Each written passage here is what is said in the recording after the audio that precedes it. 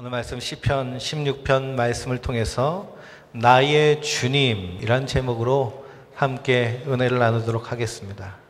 담임 목사님께서는 미국 아펜젤러 교회 집회 인도 중에 계십니다. 위하여서 늘 기억하시고 기도해 주시면 감사하겠습니다. 우리가 살고 있는 이 시대는요, 비판과 비난이 난무하는 시대입니다. 그래서 많은 정보를 누구나 다 공유하고 있기 때문에 비판하기가 쉽고요, 비난하기가 참 쉬운 시대에 살고 있습니다. 누가 조금만 잘못하면 그것이 SNS를 통해서, 그리고 언론을 통해서, 전파를 통해서 다 드러나고 나타나서 그것을 가지고 왈가왈부하며 비난하고 비판하고 그리고 정죄합니다.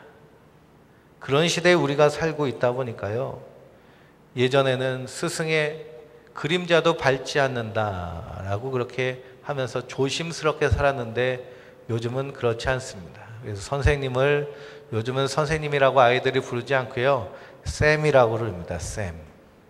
강아지 이름은 쌤이라고 이렇게 짓는 분들도 있는데 무슨 옹달쌤도 아니고요, 선생님을 쌤이라고 그래요. 쌤이라고. 물론 친근하고 가깝게 느껴지기도 하지만 그 안에는 존경심이란 것이 사라진 모습을 보게 됩니다. 물론 권위를 가지고 있는 사람이요, 권위 있게 행하여서 존경받아야 되지만, 그러나 존경할 줄 아는 모습이 우리 안에 참 그리운 모습이 되어버렸다라는 사실입니다. 그 이유 중에 하나가 너무나 비난하고 비판하는데 우리가 쉽게 그렇게 살아오기 때문입니다. 비판하고 비난하면 그 가운데서 사라지는 것이 있는데요, 존경심이 사라집니다. 경외하는 것이 사라집니다. 본받고 싶어하는 것보다는요, 그 사람의 잘못이 더 많이 보이는 것을 보게 됩니다. 그래서 털어서 먼지 안 나는 사람이 없듯이 사람은 누구나 장점과 약점, 단점이 있습니다. 단점만 보게 되면 우리가 비난하고 책망하고 원망하죠. 그러나 장점을 더 볼 수 있는 것, 이것이 은혜의 눈이다 라는 사실을 잊지 마시기 바랍니다. 그래서 존경을 잃어버린 시대에 우리 성도님들은 존경받는 자로, 또 존경하는 사람으로 그렇게 서시기를 주님의 이름으로 축원드립니다. 우리가 인생을 살면서 우리 인생의 모범이 되는, 멘토가 되는 한 사람만 있어도요, 우리 인생의 위기 가운데, 어려움 가운데, 풍랑 가운데 흔들리지 않는 인생을 살 수 있습니다. 우리 성도님들은 신앙생활 하시면서 나는 저 사람처럼 신앙생활을 하고 싶다라고 모델이 되시는 분이 있나요? 혹은 신앙생활 하면서 힘들고 어려운 그것들을 조언을 구하고 자문을 구하고 그 사람으로부터 격려받고 칭찬받을 수 있는 그런 멘토가 있나요? 그런 사람이 한 사람 있다면 그 사람은 복된 사람입니다. 근데 혼자 외롭게 사회생활도 신앙생활도 가정생활도 하는 사람처럼 불쌍한 사람이 없습니다. 그래서 예수님은 우리를 종으로 여기지 아니하시고 친구처럼 여기신다라고 그랬습니다. 그리고 그 주님께서 친구를 위하여 자기 목숨을 버리는 그것처럼 더 큰 사랑이 없나니 라고 말씀하고 있습니다. 그러므로 주님을 우리의 친구로 모시고 주님과 늘 동행하시기 바랍니다. 그럼에도 불구하고 우리는 연약한 인간이기 때문에요, 신앙적으로 서로 위로가 되고 권면이 되고 자기의 깊은 얘기도 나눌 수 있는 멘토가 필요합니다. 그럼 믿음의 멘토를 꼭 만나시기를 주님의 이름으로 축복드립니다. 성경을 보면 하나님께서 함께 하시고 크게 축복하신 사람들의 공통적인 특징이 있습니다. 그것은 무엇이냐? 그들이 세상적으로 지혜롭거나 탁월한 그런 사람은 아닙니다. 어떻게 보면 바보처럼 사는 사람도 있습니다. 그러나 다른 사람과 비교할 수 없는 한 가지가 있는데요, 그것은 하나님을 향한 믿음과 신앙입니다. 바로 하나님을 나의 주님으로 모신 것입니다. 그리고 오직 주님만을 의지하고 주를 위하여서 살며 기쁠 때도 주님과 함께, 슬플 때도 주님과 함께, 웃을 때도 주님과 함께, 눈물 흘릴 때도 주님과 함께하는 사람, 그 사람이 바로 믿음의 사람들의 모습입니다. 오늘 읽은 시편 16편의 말씀은 다윗이 하나님께 노래로 드린 찬양의 시입니다. 그 내용 가운데서 여호와 하나님은 나의 주님이시고 주밖에는 나의 복이 없습니다 라고 고백하는 그 고백을 우리가 보게 됩니다. 성도가 모델 삼아야 될 사람, 성도가 본보기 삼아야 될 사람, 성도가 멘토로 삼아야 될 사람은 바로 하나님을 향한 신앙의 사람, 믿음의 사람입니다. 만약 우리가 부러워하는 사람이 세속적인 사람이고 부러워하는 사람이 세상에만 목적을 두고 사는 사람을 부러워하고 그것처럼 살고 싶다라고 생각한다면 그 사람은 겉으로만 그리스도인이요 내용적으로는 그리스도인이 아닙니다. 존 웨슬레 목사님은 명목상의 그리스도인이라고 칭했습니다. 주일날 예배당에 나와서 예배도 드리고요, 하나님께 헌금도 드리고, 그리고 신앙생활의 겉모양은 있는데 그 내용 가운데, 중심 가운데 하나님을 향하지 않고 하나님의 약속을 바라보지 않고 세상을 향하여서 나가는 세상 것으로 가득한 사람을 명목상의 그리스도인이라고 칭했습니다.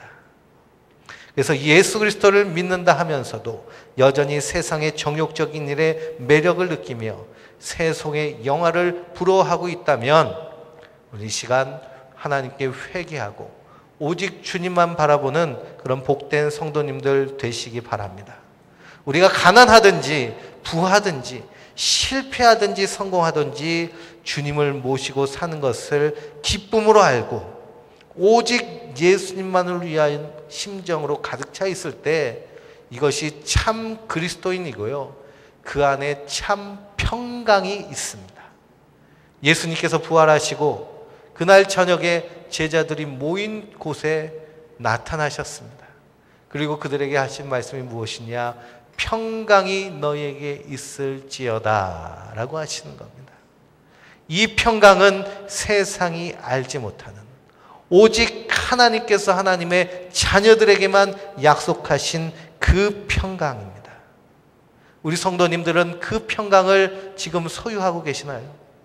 우리의 인생 가운데 그 평강 가운데 거하고 있습니까? 오늘 그 평강이 우리 안에 없고 염려와 걱정과 근심이 없다면 오늘 말씀에 귀를 기울이시기 바랍니다.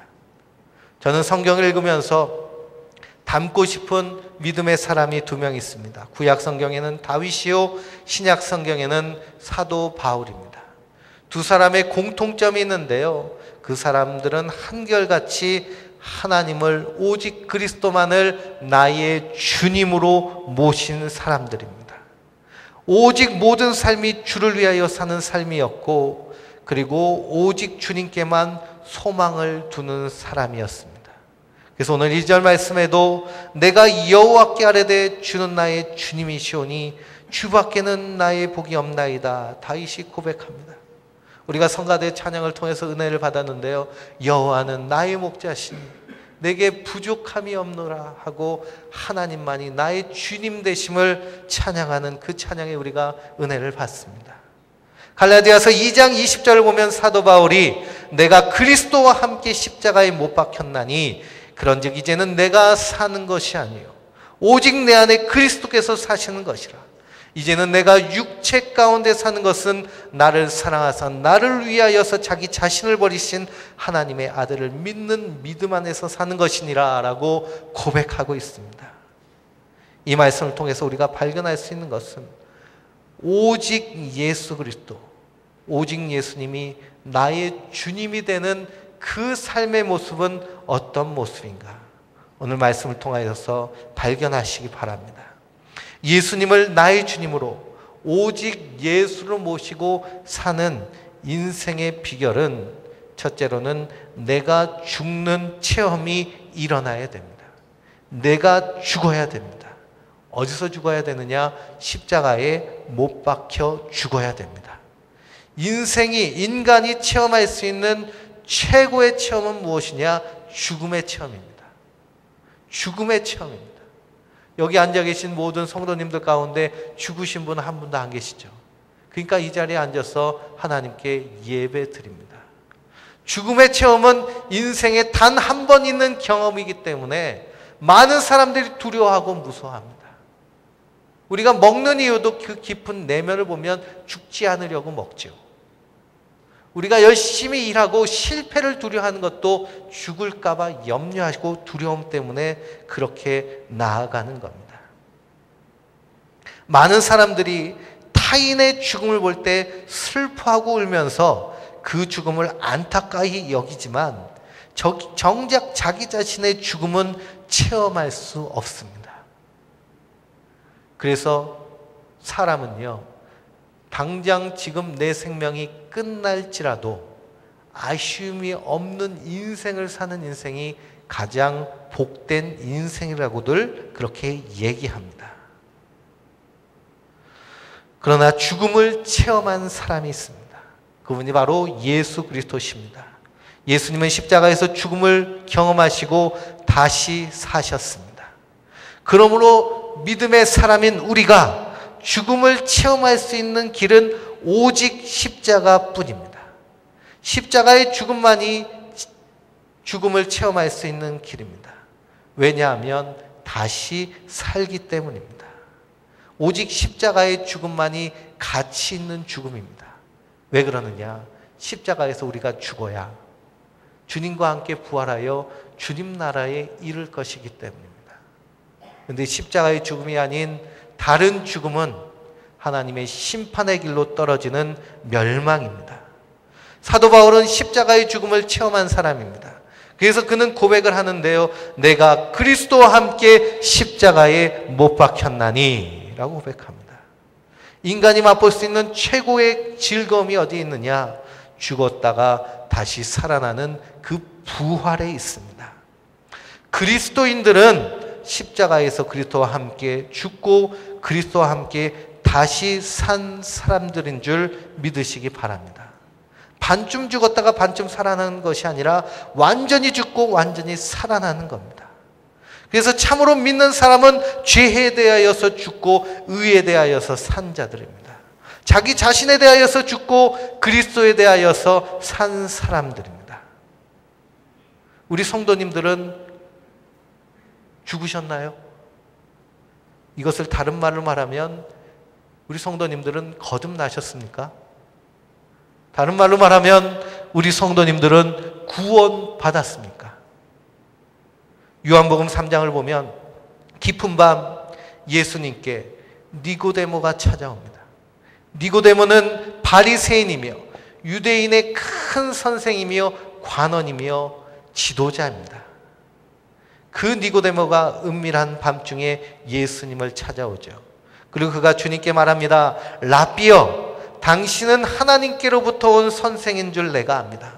선생님께서 행하시는 모든 표적을 통해서 당신이 하나님과 함께 하심을 알 수 있습니다. 라고 이렇게 고백을 합니다.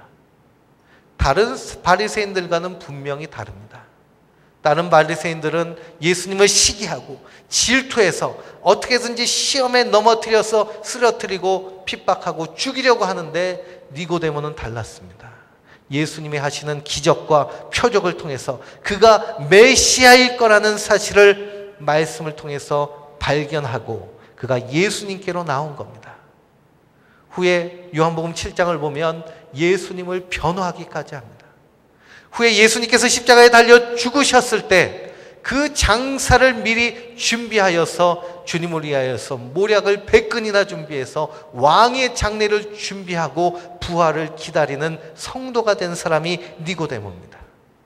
그런데 그 니고데모가 예수님께 밤중에 나왔습니다. 그때 주님께서 그 니고데모의 말에 대답하십니다. 진실로 진실로 내게 이르노니 사람이 거듭나지 아니하면 하나님 나라를 볼 수 없느니라. 그 말을요 니고데모는 이해하지 못했습니다. 그래서 다시 예수님께 되묻죠. 아니 예수님, 내가 이렇게 늙었는데 다시 엄마 뱃속으로 들어가서 다시 날 수가 어떻게 있습니까? 그렇게 얘기하는 겁니다. 그랬더니 주님께서 다시 말씀하십니다. 진실로 진실로 내게 이르노니 사람이 물과 성령으로 나지 아니하면 하나님 나라에 들어갈 수 없느니라. 우리가 죽었습니다. 우리는 이미 십자가에 죽은 자입니다. 언제 죽었을까요? 우리가 받은 세례는 내가 죽고 예수로 사는 심령의 갈보리 언덕입니다. 예수님께서 거듭나야 한다는 말씀을 통해서요, 육은 육이고 영은 영이니라 말씀하십니다. 우리가 착각하는 것이 있는데요, 내가 이 육체가 열심히 하나님 섬기고 예배하고 큐티하고 기도하고 경건생활하면 육이 영의 사람으로 되는 줄 아는데 그것이 아니라 육은 죽어야 됩니다. 육은 남겨놔서는 안 됩니다. 이 육은 죽고 예수와 함께 우리 영이 사는 겁니다. 그래서 예수님께서 요한복음 2장에 가나의 포도원에서 기적을 행하시는데요, 그때 주님께서 아직 내 때가 이르지 아니하였다라고 말씀하십니다. 그때는 바로 십자가에 달려 죽으시는 그때입니다. 그런데 그 예수님께서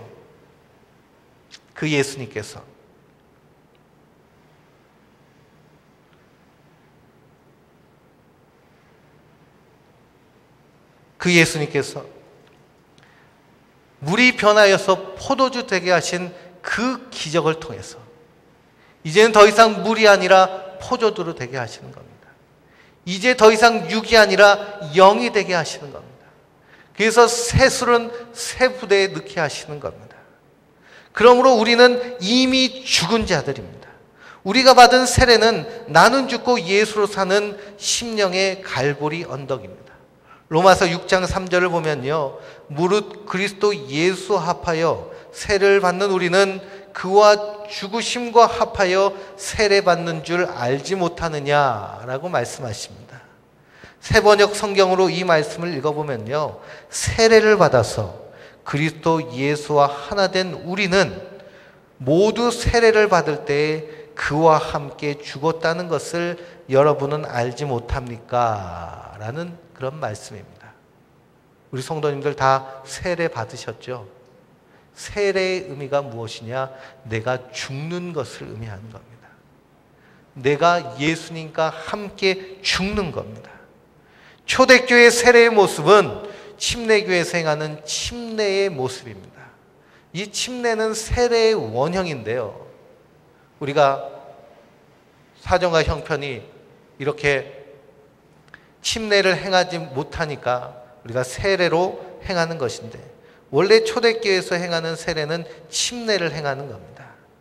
세례를 베풀 때 침례자가 수세자를 물속으로 잠깁니다. 물속으로 들어간 그 수세자를 성부와 성자와 성령으로 세례를 베풉니다. 그리고 건지는데요, 그냥 건지는 게 아니죠. 그 사람의 호흡이 닿을 때까지 푹 잠그는 겁니다. 그러면서 이 수세자는 물속에 들어가서 무엇을 경험하느냐? 죽음을 경험하는 겁니다. 물속에서 죽는 겁니다. 그리고 성부, 성자, 성령의 이름으로 다시 건지심을 받아서 사는 겁니다. 이것이 바로 세례의 의미이고 세례의 본질입니다.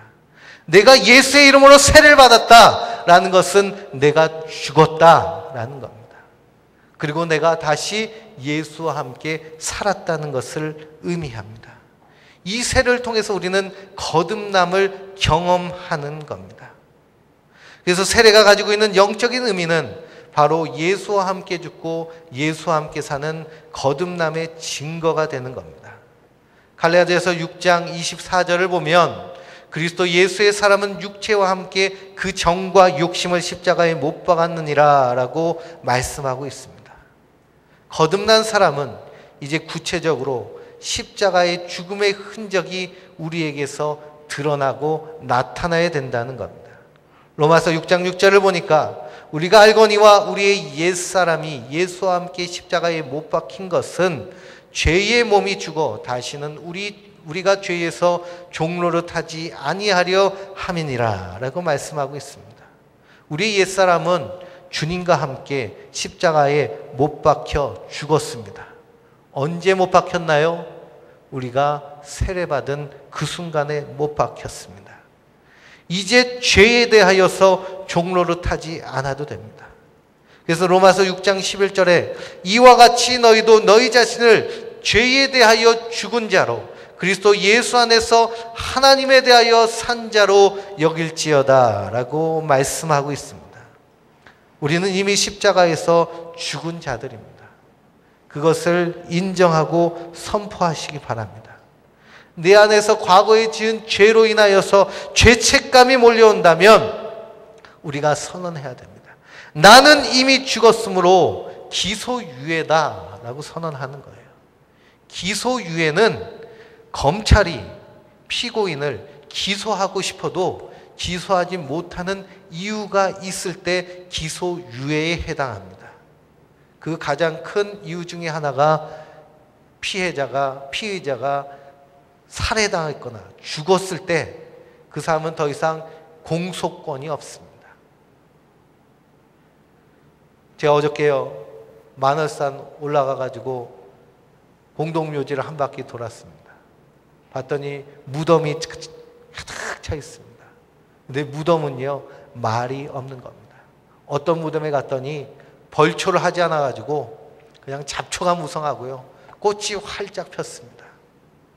근데 그 무덤에 묻힌 자가 그 자손들한테 전화하지 않잖아요. 얘야 와서 벌초 좀 제발 좀 해달라. 내 무덤이 이게 잡초가 가득해서 창피해서 못 살겠다. 옆에 있는 무덤은 잔지가 가지런히 나 있는데 내 무덤은 왜 이러니? 전화 오지 않습니다. 혹시 전화 받으신 분 계세요? 저희 아버지도 국립묘지에 묻히셨는데요. 저 전화 한 통도 못 받았습니다. 야, 좀 와서 돌봐라. 왜 그러느냐? 무덤은 말이 없기 때문입니다. 내 안에 육신의 정욕이 올라온다면 사망 선언을 하시기 바랍니다. 나는 죽었다고 외치시기 바랍니다. 마틴 루터는요, 우리 귀를 향하여서 무덤으로 선포하라고 말하고 있습니다. 하나님 우리 몸을 만드실 때 뚫어놓은 곳이 여러 곳 있는데 그 중에 한 곳이 귀잖아요. 귀는 듣기 싫은 것도 들립니다. 보기 싫으면 눈 감으면 되고요. 말하기 싫으면 말 안 하면 되고. 그런데 귀는 뚫려 있기 때문에 들립니다. 기쁜 소리만 들리는 것이 아니고요. 듣기 싫은 비난의 소리, 책망의 소리, 원망의 소리도 들립니다. 마틴 루터는 이 귀를 향하여서 무덤으로 명령하라는 겁니다. 이건 나의 무덤이다. 여기에 다 묻혀버리리라 선언하는 겁니다. 그가 종교개혁을 하면서 수많은 대적자들에게 온갖 갖은 비난과 욕설을 들을 때 그가 살아남을 수 있었던 것은 이렇게 선언했기 때문입니다. 주석가 브라운은 십자가의 형은 단숨에 죽지 않고 점차적으로 죽는 것이다 라고 얘기합니다. 일단 죄수가 십자가에 못 박히고 나면 죽을 때까지 거기 매달려 있어야 됩니다. 이 말은 정과 욕심을 날마다 죽여야 한다는 겁니다. 우리가 우리의 세례의 시간에 십자가에 못 박혔다면 주님 오실 그날까지 계속하여서 우리는 거기서 죽어가야 됩니다. 무엇이 죽어가야 될까요? 우리의 옛사람이 죽어가야 됩니다. 무엇이 죽어야 될까요? 우리의 정욕이 죽어야 됩니다.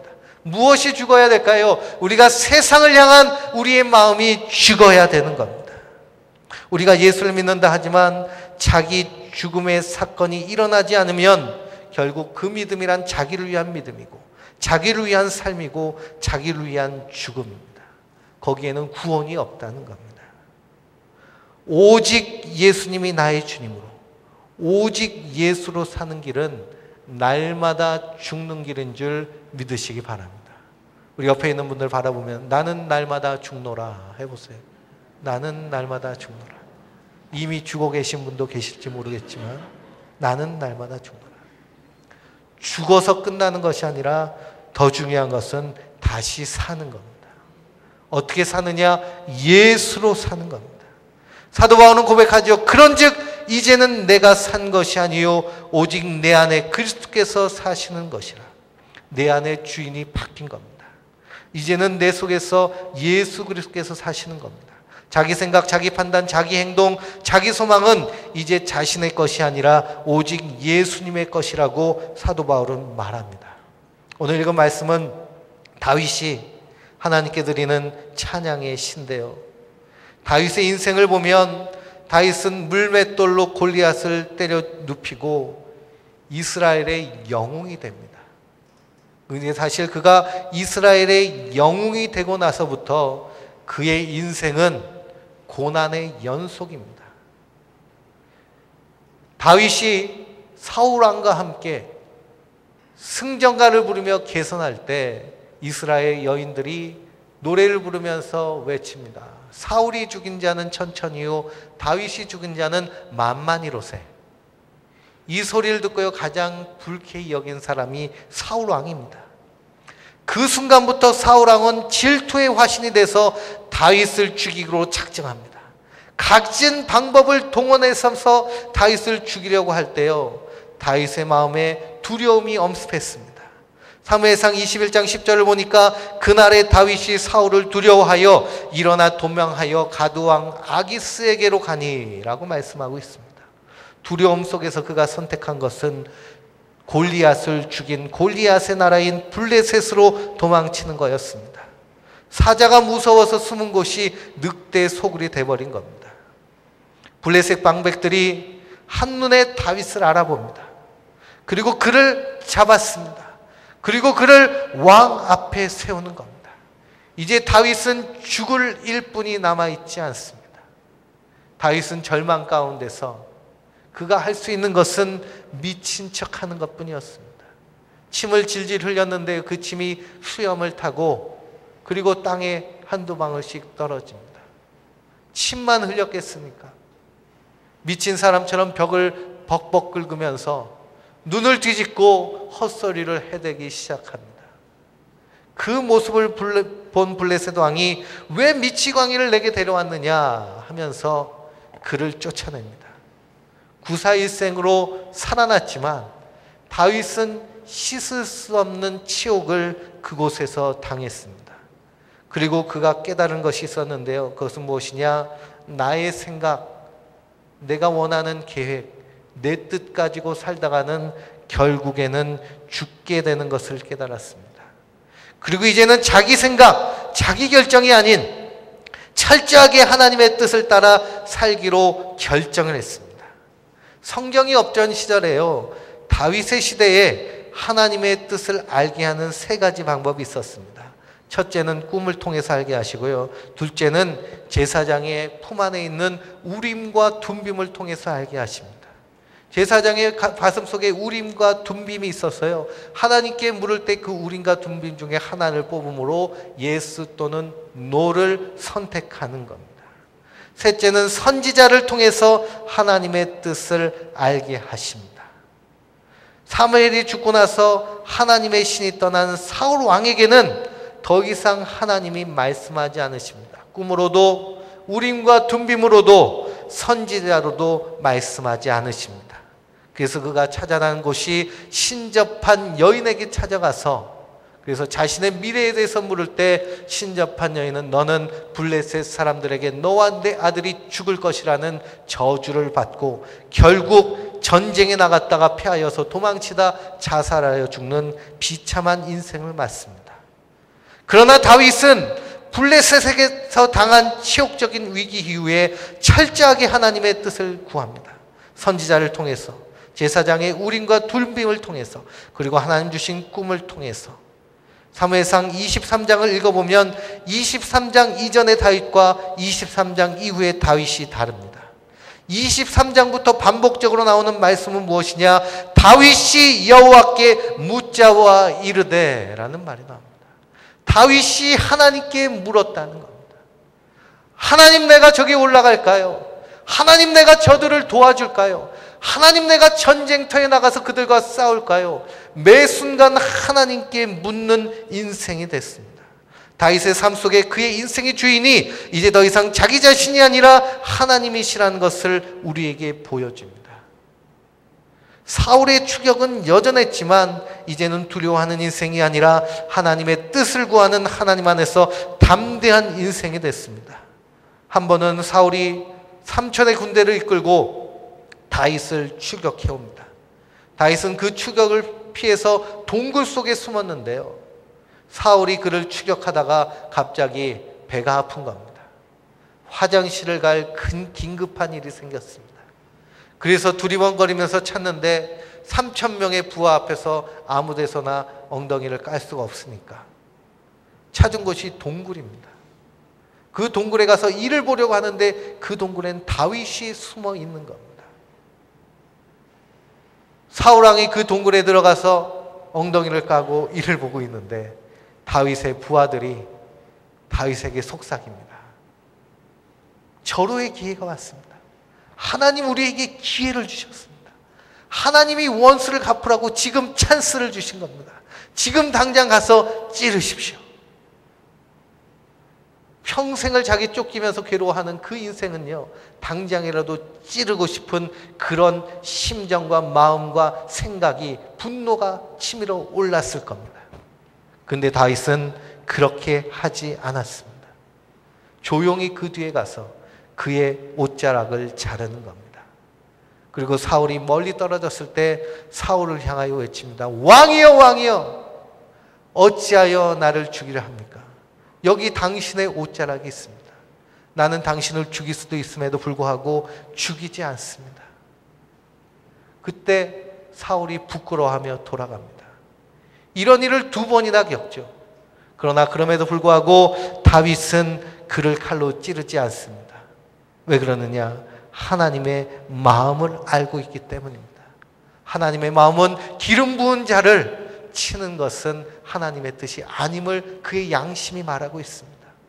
또한 원수 갚는 것은 하나님께 있음을 하나님 그에게 믿음으로 알려주셨기 때문입니다. 그리고 원수의 목전에서 상을 베푸시는 분이 하나님이시라는 것을 그는 믿음으로 깨달았기 때문에 그 삶 가운데 자기의 복수심이 자기의 인생의 주인이 된 것이 아니라 하나님의 평강이 그 인생을 이끌어간 것을 보게 됩니다.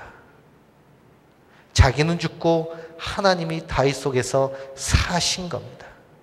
이렇게 살면 손해볼 것 같은데요, 하나님은 오히려 다윗을 높이십니다. 사울이 블레셋과 전쟁에서 패해서 죽고 난 이후에 유다 지파의 장로들이 다윗을 찾아옵니다. 다윗의 발 앞에 무릎을 꿇습니다. 그리고 우리를 다스려 주시옵소서 하고 그를 청하는 겁니다. 그 후에 12지파가 다윗의 발 앞에 무릎을 꿇고 다윗은 왕이 됩니다. 만일 다윗이 사울을 죽였다면 그는 왕을 죽인 원수가 되는 겁니다. 이스라엘의 원수가 되어서 아마 치열하게 전쟁할 겁니다. 왕이 되기도 힘들었을 겁니다. 그러나 나는 죽고 하나님이 사시니까, 하나님의 뜻이 사니까 하나님의 뜻대로 다윗은 이스라엘의 왕이 되는 겁니다. 하나님 그를 높여주시는 겁니다. 그를 통하여서, 그의 대를 통하여 그리스도가 이 땅에 오셔서 하나님의 백성들 만민이 구원을 얻어서 하나님의 평강을 누리게 되는 겁니다. 내가 죽을 때 내 안에서 하나님이 사시는 겁니다. 내가 죽고 내 안에 예수님이 사시면 내가 죽은 것 같은데 오히려 내가 사는 겁니다. 내가 죽으면 내 안에서 그리스도가 사실 때 우리 가정이 살아나는 겁니다. 우리 교회가 살아나는 겁니다. 우리 나라가 살아나는 겁니다. 그러므로 성도는 날마다 죽고 예수와 함께 사는 자인 줄 믿으시기 바랍니다. 전북 김제에 가면 금산교회가 있는데요, 금산교회는 한옥으로 된 문화재 예배당을 가지고 있는 교회입니다. 이 금산교회는 기역자로 된 교회인데요, 교회가 기역자입니다. 일자로 돼야 예배드리기 좋은데 기역자로 만든 이유는 남녀가 유별하던 시절에 함께 예배드릴 수 없으니까요, 문을 2쪽으로 만들고 한쪽은 남자가 한쪽은 여자가 들어가서 예배를 드립니다. 커튼으로 막아놨기 때문에 남자도 여자도 설교하는 목사님만 보이는 겁니다. 그래도 거기서 역사가 일어났기 때문에 옛사람들은 예배당을 연회당이라고 불렀는데요. 그런데 이 금산교회는 기역자로 된 교회입니다. 그런데 이 금산교회에 더 놀라운 믿음의 역사가 있습니다. 선교 초기에 전라도 지역은 미국 남장로교회 선교구역으로 맡겨버렸습니다. 그래서 우리가 전라도나 경상도에 가면 감리교회가 많이 없는데요. 그것은 무엇이냐? 선교사들이 다 연합해서 구역을 다 나눴습니다. 장로교회는 남쪽으로 내려갔는데요. 이 전라도에 이제 남장로교회 선교구역이라서 데이트 선교사님이 전주에서 정읍을 왕래하면서 복음을 증거했습니다. 그 중간 지점이 바로 김제 용화마을인데 그 용화마을의 제일 큰 부자인 조덕삼 선생님이 그 집에 마방이 있기 때문에 이 선교사님이 그 집에서 꼭 하루를 묵고 다른 곳으로 이동하는 그런 중간 지점이 됐습니다. 선교사가 잘 사는 나라에서 와서 이 가난한 나라에서 분주하게 다니는 모습을 이 집주인이 궁금해서 물어보는 겁니다. 아니, 당신 나라는 살기도 좋다면서 왜 우리 나라에 와서 이렇게 고생을 합니까? 그것도 지방에서. 그때 이 데이트 선교사님이 조덕삼 선생에게 복음을 증거하는 겁니다. 그때 그 복음에 감동을 받은 조덕삼 선생님이 자기 집 사랑채를 내주어서 예배 처소로 삼습니다. 그게 금산교회의 출발입니다. 근데 이 교회에 더 놀라운 사건이 발생했는데요. 조덕삼 선생의 집에 머슴 겸 마부로 일하는 이자익이라는 청년이 있습니다.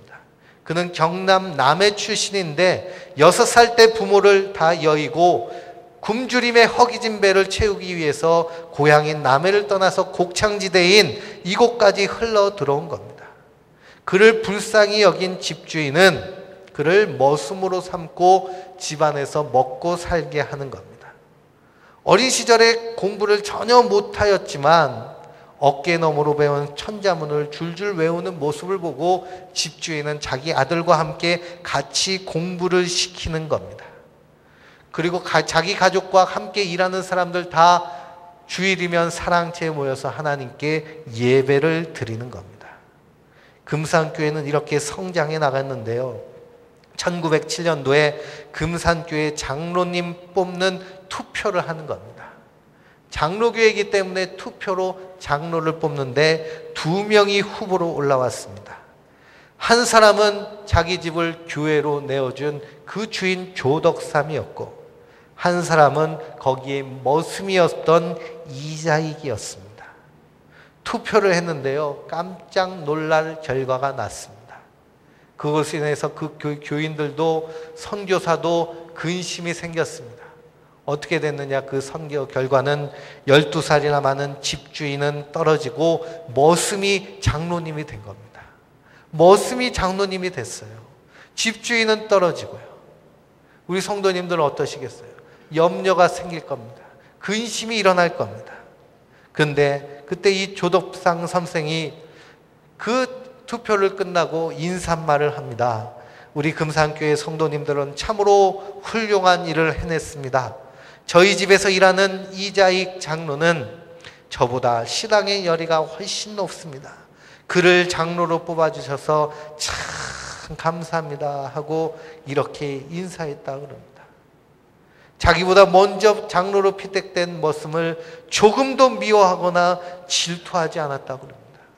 실제로 예배당에서 예배를 드릴 때 이자익 장로님은 데이트 선교사님 대신하여서 교회를 이렇게 잘 돌봅니다.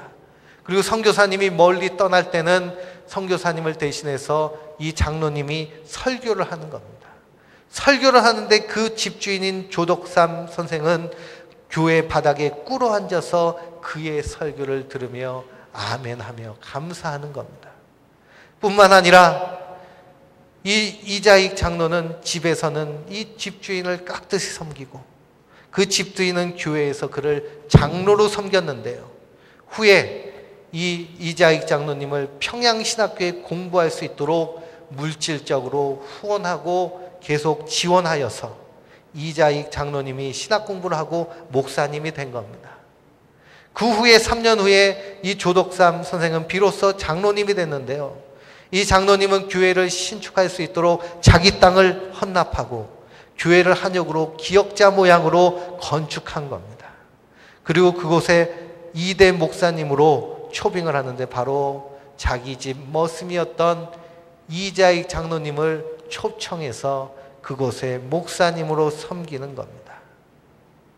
그래서 이 이자익 목사님을 담임 목사님으로 깍듯이 애우하고 많은 이들로부터 존경을 받았습니다. 이 이자익 목사님은 그렇게 그곳에서 목회하시면서 20개 교회를 설립하고 대전신학교 학장을 거치고 장로교단의 총회장을 3번이나 하는 전무후무한 역사의 주인공이 됩니다. 평생을 큰 교회의 청빙을 거절하고 농촌의 작은 교회를 지킨 귀한 목사님이 되셨습니다. 정치적인 흥정에 흔들리지 않고 일제의 그런 탄압에 흔들리지 않고 바른 길만 걸은 목사님, 일제의 신사참패, 창씨개명에 전혀 동요하지 않고 믿음을 지킨 목사님 중에 한 분이 되셨습니다. 우리나라가 독립하고 초대 정권이 들어섰을 때 함태영 부통령이 그를 불러서 장관의 직분을 제의합니다.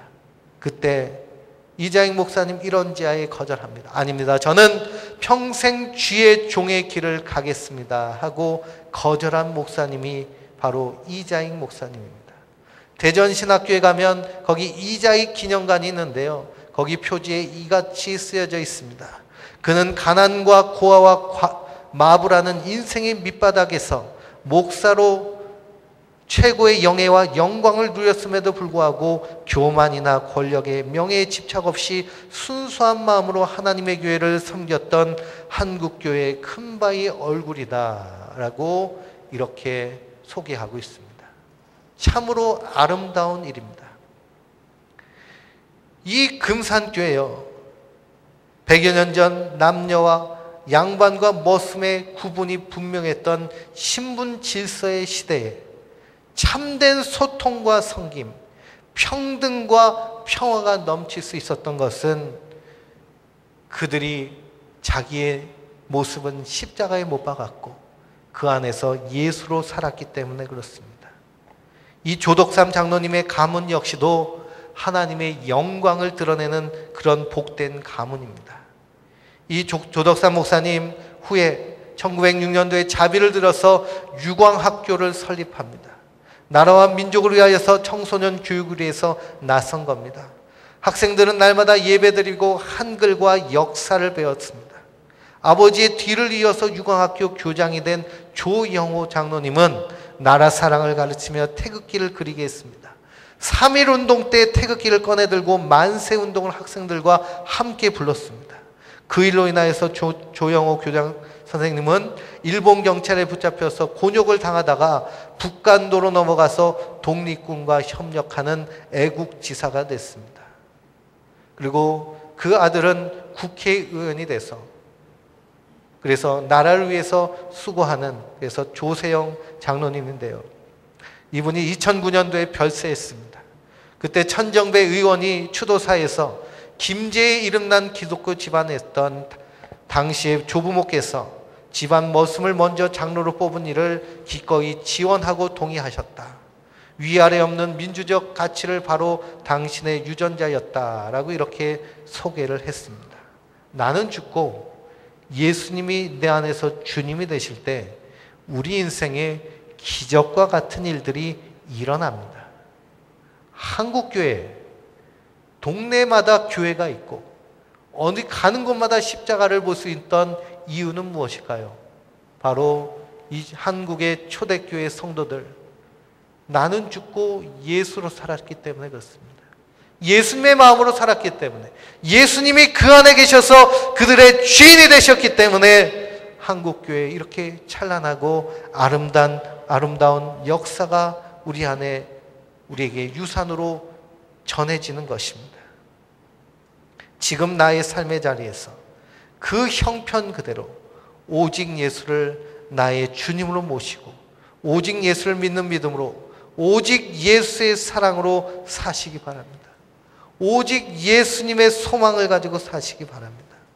내 속에서 진정한 부활이 일어나게 되는 줄 믿으시기 바랍니다.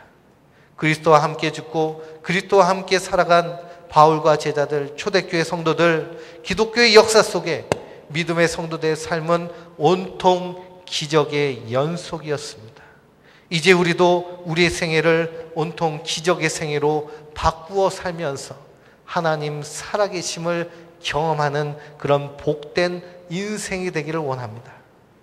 사도 바울의 고백이, 다윗의 고백이 우리 저와 여러분의 고백이 되어서 내 안에서 예수와 함께 사는 그런 복된 성도들, 그래서 날마다 하나님 살아계신 그 기적을 경험하며 참된 기쁨과 평강 가운데 기뻐 뛰며 하나님 찬송하며 주님 부르실 그날을 소망하며 사는 소망 중에 승리하는 믿음의 승리자들 되시길 주님의 이름으로 축원드립니다.